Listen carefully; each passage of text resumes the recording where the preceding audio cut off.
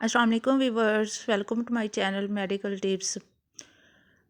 आज आपने पूरी वीडियो मुकम्मल देखनी है ताकि कोई भी चीज़ स्किप ना हो। आज का हमारा टॉपिक है अनीमिया यानी खून की कमी। खून की कमी के क्या साइन सिम्टम है और ये किन पेशेंट्स में होती है और क्या वजूहात है। बात करते हैं इसकी वजूहात की। तो इसकी सबसे एक बड़ी वजह जो है वो प्रेगनेंसी है। प्रेगनेंसी में काफ़ी पेशेंट्स को अनीमिया हो जाता है। इसके अलावा जिन पेशेंट में हेमरॉयड्स यानी बवासीर का मसला होता है उनमें भी ब्लीडिंग ज़ाया होती रहती है। और थैलेसीमिया एक बाय बर्थ डिज़ीज़ है जिसमें अनीमिया होने के चांसेस ज़्यादा होते रहते हैं।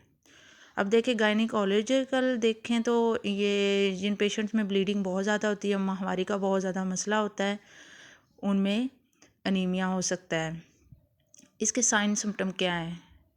स्किन येलो रहती है, पेशेंट्स को सांस लेने में दुश्वारी आती है यानी उनका सांस फूल जाता है और स्किन पे पिगमेंटेशन हो जाती है, स्किन पे छाइयाँ वगैरह पड़ जाती हैं।